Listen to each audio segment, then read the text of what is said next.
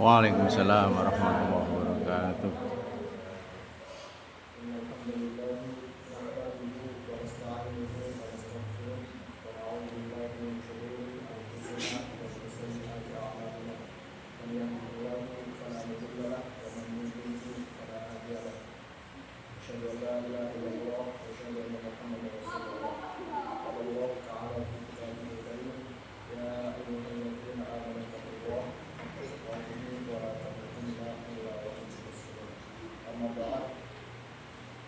Sekali lagi bagi Allah Subhanahu wa taala yang telah memberikan Islam dan kesempatan masuk ini, serta salawat dan salam semoga senantiasa tercurah kepada Nabi besar Muhammad sallallahu alaihi wasallam, para keluarga, sahabat serta seluruh umatnya di akhir zaman. Pada kesempatan kali ini ada satu amalan yang sebenarnya sangat ringan dilakukan, namun memiliki pengaruh besar dalam kehidupan dunia dan akhirat. Amalan itu adalah istighfar. Istighfar sendiri dan dalam bahasa Arab dari istighfar dan istighfar yang berasal dari kekuatan yang akan memiliki memaafkan dan mengampuni. Dan istighfar berarti meminta atau meminta ampun. Dengan istighfar kita memohon agar Allah menutup dosa-dosa kita dan tidak mempermalukan kita di dunia maupun di akhirat.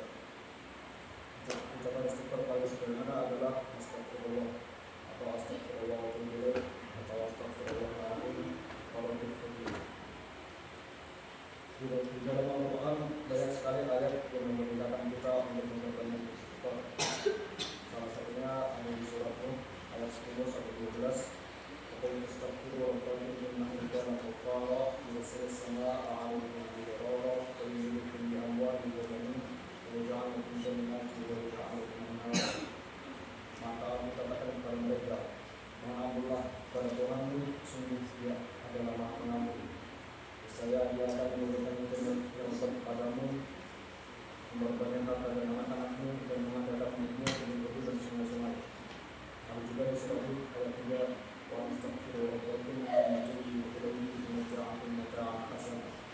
Dan mohonlah ampun kepada Tuhanmu dan bertaubatlah padanya, niscaya Dia akan menikmati kepadamu sampai waktu yang tentukan.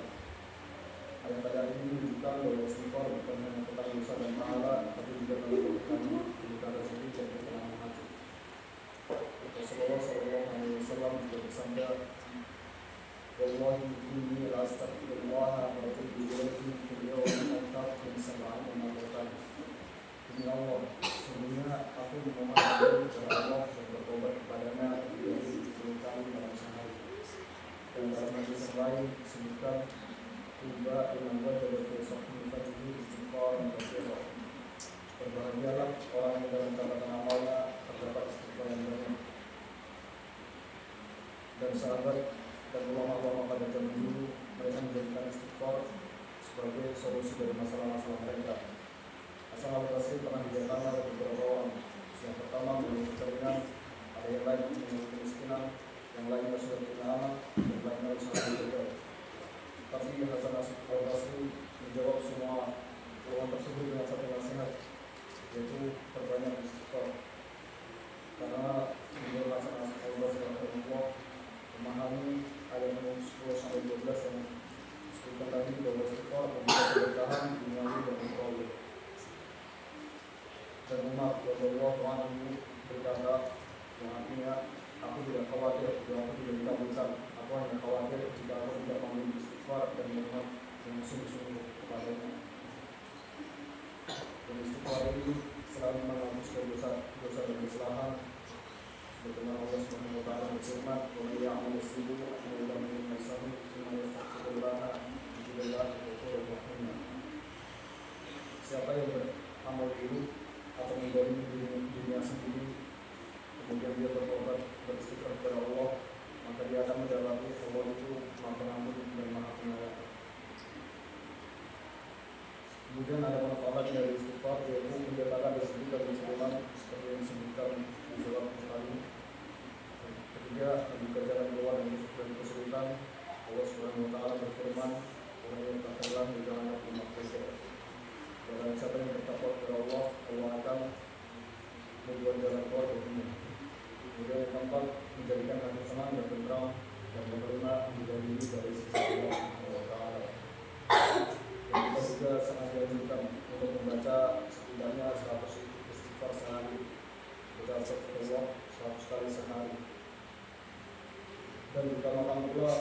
membaca Sayyidul Istighfar, yaitu doa istighfar terbaik, yaitu Allahumma anta rabbi la ilaha illa anta khalaqtani wa ana abduka wa ana ala ahdika wa wa'dika mastata'tu a'udzu bika min syarri ma sana'tu atubu ilaika bi ni'matika 'alayya wa a'udzu bika min syarri fa innahu la yaghfiru dzunuba illa anta.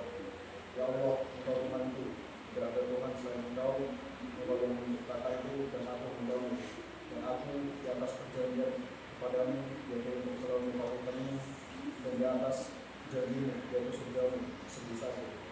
Aku berlindung dari segala hati yang berbuat, dan aku memohon panis-Mu atasku, dan aku mengakui dosa-dosaku, maka ampunilah dosa-dosaku, karena tidak ada yang mengampuni dosa kecuali Engkau. Dan sangat wajibkan pula untuk membiasakan istighfar sebelum tidur, setelah sholat, dan saat sebelum berbuka. Hadirin yang dirahmati Allah Subhanahu wa taala, istighfar adalah bentuk peminta rahmat, penutup dosa, dan penarik pertolongan Allah. Maka sangat wajib kita untuk memperbanyak istighfar. Karena Rasulullah SAW bersabda, "Man lazima al-istighfar, ja'ala Allah lahu min kulli hammin faraja wa min kulli su'in makhraja wa razaqahu min kulli khairin." Barang siapa senantiasa beristighfar, maka Allah akan menjadikan baginya jalan keluar dari setiap kesusahan, solusi dari setiap kesulitan, dan memberinya rezeki dan dari arah yang tidak disangka-sangka. Maka kita sangat dianjurkan untuk memperbanyak istighfar di pagi hari, petang, siang, malam, ataupun dalam perjalanan menuju ke suatu tempat, di dalam bis, di dalam kereta, ataupun di mana pun. Bahkan saat sedang dalam kesibukan sekalipun. Sekian yang bisa saya sampaikan. Wassalamualaikum warahmatullahi wabarakatuh. Waalaikumsalam warahmatullahi wabarakatuh.